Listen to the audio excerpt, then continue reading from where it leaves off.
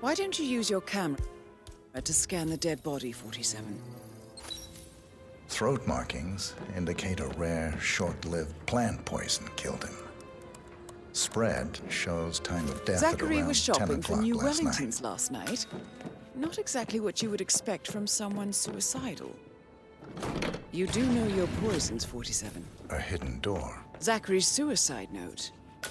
Also, a sample of handwriting. It could be relevant to compare to other samples to establish its authenticity. It's a secret passage. This could explain how the door was locked from the inside. A photocopy of the floor plans. Somebody's been researching the secret ins and outs of Thornbridge Manor.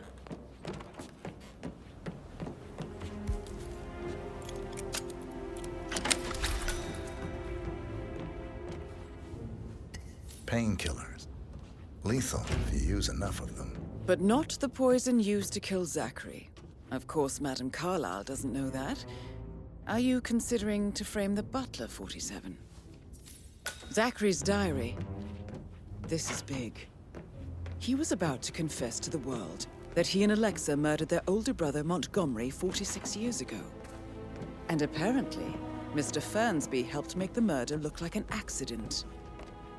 And 47, the handwriting doesn't match the suicide letter in his room, proving he didn't write it himself. Mr. Fernsby, I'm done with the crime scene. Did you establish a time of death? Zachary died around 10 o'clock last night. Well, that means the staff were off duty. And Madame Carlyle and her security didn't arrive until this morning. That leaves Madame's family and myself as the only persons here when he died. And before you ask, no, I do not have an alibi. I was alone in my office at the time of death. Here's the material that I prepared for you. It's a list of the possible suspects and their quarters. Hopefully that will help you keep track of your findings. Please come and see me when you've solved the case, and I will take you to Madame Carlyle. Mr. Fernsby clearly didn't commit the murder, but I think you have enough evidence to convince Madame Carlyle he did. Maybe you should tell him you are ready to present your findings. I'm ready to present my conclusion to Madame Carlyle. Very well. If So you'll follow how me, does sir. one solve a murder mystery, 47? Motive, means, and opportunity, I believe. This is Madame Carlyle's office. Please step inside.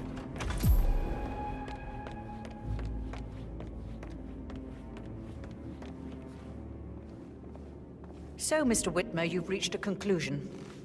Take a seat. Please, go ahead. The butler, Mr. Fernsby, killed Zachary. Fernsby? Oh, you've got that wrong. He would never do such a thing. He is the most loyal man I have ever met.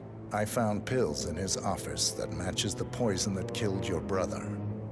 Furthermore, I found Zachary's notebook, half burned, in Mr. Fernsby's fireplace. It showed that Zachary intended to publish a written confession to a murder the two of you committed nearly 50 years ago. The murder of your older brother, Montgomery. That's outrageous. We did no such thing. No need to feign innocence. I know a killer when I see one, and my discretion is assured. The papers also described how Mr. Fernsby helped you stage the murder of Montgomery as an accident. I believe he killed Zachary not to be exposed as an accomplice to murder. Sweet Fernsby. You are wrong, Mr. Whitmer. He did not do it to protect himself. He did it to protect the Carlyle legacy.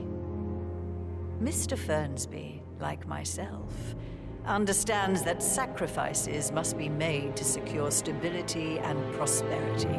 Mr. Whitmer, I'd appreciate it if your findings never leave this room.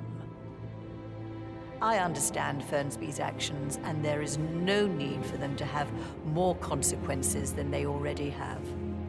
Fernsby was very fond of Zachary, and I'm sure his decision will haunt him to the day he dies.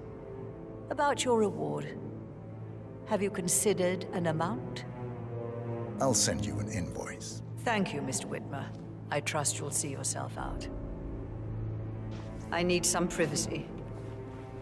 Thank you. How are you?